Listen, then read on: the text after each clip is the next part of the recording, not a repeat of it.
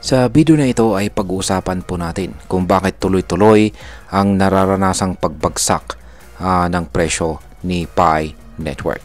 Kaya pag-uusapan po natin ang mga technical na dahilan kung bakit hindi pa rin makabawi or makarecover si Pi at ang mga indicators po na nagpapakita ng kanyang kahinaan at kung saan po posibleng tumungo ang kanyang presyo sa mga susunod na araw.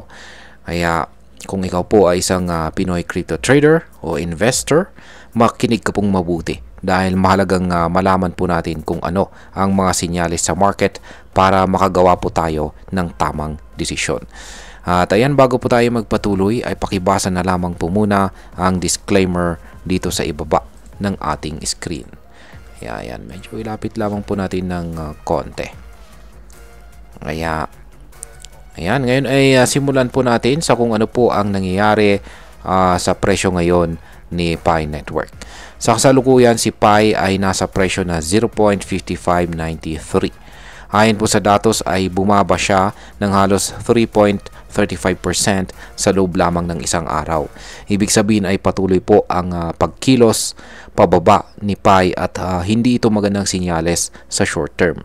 Kapag titingnan po natin ang kanyang 30-minute at saka 4-hour chart, makikita natin na si Pi ay nasa isang malinaw na downtrend. Kaya yan yung nakikita natin dito ay ang 4-hour chart time frame ni Pi Network. Mula po ito sa datos ni OKX. Kaya yan, downtrend po talaga. Ibig sabihin ay mas madalas ang pagbaba ng presyo kaysa po sa pag-akyat. Ang galaw po ng kanyang presyo ay nasa loob ng isang descending Fibonacci channel.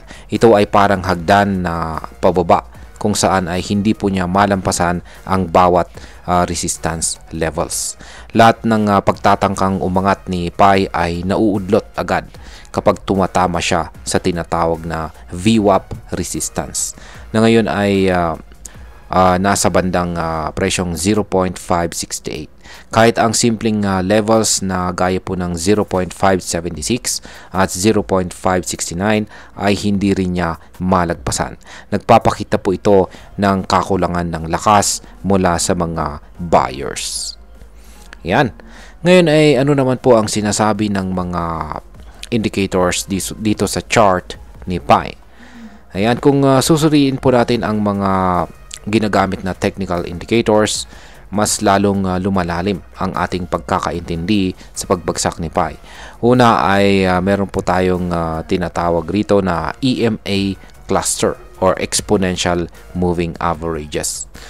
Si Pi ngayon ay nasa ilalim po ng apat na mahalagang EMAs. Ayan. Yan po ay ang 200, yan, 200 day, 500 day, 100 day at saka 200 day na mga EMA. Yan, EMA clusters. Ang zone na ito na dating suporta ay ngayon ay naging matinding resistance sa bandang presyong 0.60 hanggang 0.63. Kung hindi po agad mabawi ng bulls ang area na ito, mas lalo pang lalakas ang trend pababa. Pangalawa po ay ang RSI. Ayan, ang RSI or Relative Strength Index. Ayan, dito po sa chart ay ito po yung indicator na nasa gitna. Ayan, yung kulay blue. Ayan, at makikita po natin dito na ang kanyang value ay nasa 30.84. Yan, ito po ay nasa 30-minute chart time frame. At ibig pong sabihin nito ay si Pi ay oversold o sobra ang pressure ng mga nagbebenta. Ngunit kahit oversold ay wala pa rin pong sinyalis na babaliktad ang kanyang presyo. Ang pangatlo po ay ang MACD histogram. Yan, ito po yung nasa pinakaibabang bahagi ng ating chart dito. Ang kanyang MACD histogram ay nasa malalim na negative territory at nagsasabing tuloy-tuloy pa rin ang momentum ng pagbagsak. Yan, ang sunod ay sa volume naman po tayo at saka money flow ni Pi Network. Kaya, ayan. Pagdating naman po sa volume at saka liquidity ay hindi rin maganda ang sinyales. Ang on-balance volume or OBV nitong si Pi ay pababa. Ibig pong sabihin ay walang malaking pumapasok na pagbili. Ipinapakita po nito na kulang ang suporta sa mga investors. Ang Chaiken Money Flow naman or CMF ay nasa negative 0.40. Yan. Isa po itong napakalalim na negatibong reading. Yan, negative reading po ito. Ibig sabihin ay mas maraming kapital po ang lumalabas kaysa pumapasok kay PAI. Kung ikukumpara po natin ito sa mga bullish tokens, halos kabaliktaran po ang nangyayari. Yan, ang sunod naman po ay ang bull bear power. Yan, ang bull bear power naman ay nasa value na negative negative 0.0122. Ayan, asan ba yung bull bear power natin dito? Yan, nasa value na negative 0.0122. Sinyalis po ito na hawak pa rin ng mga bears ang momentum. Dagdag pa rito ang vortex indicator naman ay nagpapakita rin ng matinding bear resistance. Yung kanyang vortex. Yan, matinding bear resistance. Ang red line or VI positive, yan, ay nasa 1.2430. Ayan, nandito po yan. At ang ayan, ang kanyang habang ang blue line naman or VI negative ay nasa 0.7084. Malayo po ang kanilang agwat. Ayan, yan po pala yung ating VI dito na indicator. Ayan, malayo po ang kanilang agwat kaya malabong maitulak po ng mga bulls ang presyo pataas sa ngayon. Ngayon ay saan po patungo ang presyo ni PAI sa mga susunod na araw? Yan, kung hindi po kaagad makabawi si PAI at hindi po niya mabawi ang presyo na 0.576, malaki po ang posibilidad na bumaba pa siya sa presyong 0.551 na support. Kapag nabasag din ang level na ito, posible pong bumaba siya hanggang sa presyong 0.538 o 0.512. Ang tanging pag-asa para makabawi po si PAI ay kung mababawi niya ang 100 EMA sa presyong 0.605. Yan lang po ang unang sinyalis ng possible trend reversal o pagbabago ng direksyon. Ang mga key levels na kailangan po nating bantayan dito, ayan, ay ang resistance zone sa presyong 0.576 hanggang 0.580. Yan, VWAP plus Fibonacci midline po yan. Ang matibay po na resistance ay nasa 0.605 hanggang 0.631. Yan naman po ay binubuo ng 100 at saka 200 EMA. Yung immediate support naman natin ay nasa presyong 0.551. Base po yan sa descending channel. Yung sunod na support ay nakaabang po sa presyong 0.538 hanggang 0.512. Ayan. Ngayon ay bakit po bumabagsak si PAI Network sa ngayon? Marami pong dahilan kung bakit bumabagsak si PAI ngayon. Una ay ang macro level selling pressure. Yan, macro level selling pressure. Ibig pong sabihin ay sa buong crypto market ay marami pa rin pong nagbebenta. Pangalawa ay ang technical breakdown. Nabutas po kasi ni PAI ang importanteng support sa presyong 0.586 at hindi po siya nakabawi. Pangatlo ay ang mga negative indicators. Lahat po ng indicators tulad po ng RSI, MACD, OBV at saka Vortex ay pabor po sa mga bears. At ang pang-apat ay ang lack of buyer interest. Kakaunti lang po ang gustong bumili kay PAI sa kasalukuyan.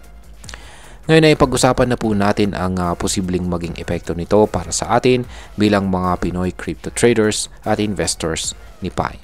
Para sa atin na nakaabang po dito or binabantayan po natin ang itong si PAI Network, ito po ay isang mahalagang babala. Yan,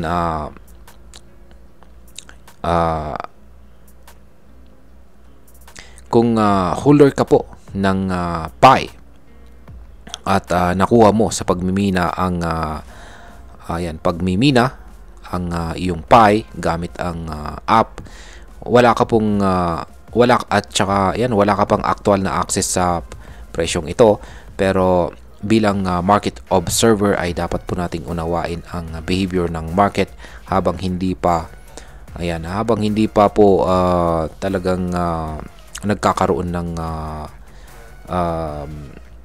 nagkakaroon po talaga ng mga listings, lalong-lalo yung mga listings, mga projects, hindi pa po siya gaanong established kasi. Kaya mas magkakaroon po siya ng solid na presyo kung pag siya na po ay fully established. Kung sakaling magkaroon na siya ng fully open na mainnet, mga listings, at dyan na po talaga siya magkakaroon ng tunay na presyo. At siguro ay medyo magiging stable na rin po yung kanyang presyo at hindi po gaanong magalaw na katulad po ng nangyayari sa ngayon. Kaya ang patuloy po na pagbaba ng presyo ni PAI ay maaari pong magdulot ito ng panic sa mga umaasang tataas ang halaga ni PAI. Kaya ngunit wag po tayo matakot. Ang ganitong galaw ay natural lamang po sa crypto market, lalo na sa mga bagong token na maraming speculation at gaya ng aking sinabi kanina ay hindi pa gaanong establish. Kaya bilang panghuli, ang masasabi ko naman tungkol dito ay para sa akin ay si PAI, base po sa analysis na napag-usapan natin dito, ay nasa critical na yugto ng kanyang development. Price action na ito ay malinaw na nagpapakita ng kakulangan po sa confidence mula sa mga investors sa ngayon. Pero tandaan natin, hindi pa po talaga officially listed sa mga malalaking crypto exchanges itong si PAI, kaya lahat po ng price movement ay speculation pa lamang. Kaya bilang isang responsableng investor ay mag-research po tayo ng mabuti. Wag po tayo agad bumili or magbenta base lamang sa hype. Malaga po ang fundamental analysis bukod po sa technical analysis. Sa ngayon, si PAI po ay mukhang patuloy na bababa hanggat hindi po niya nababawi ang mga critical resistance levels. Pero kung makakita po tayo ng bagong pagtaas ng volume, bullish crossover sa mga indicators at fundamental news gaya po ng open mainnet, dito po tayo pwedeng makakita ng muling pag-angat. At ayun, hanggang dito na lamang po tayo sa video na ito mga ka-crypto. Marami pong salamat sa panonood. Ingat po tayo lagi at God bless po sa ating lahat.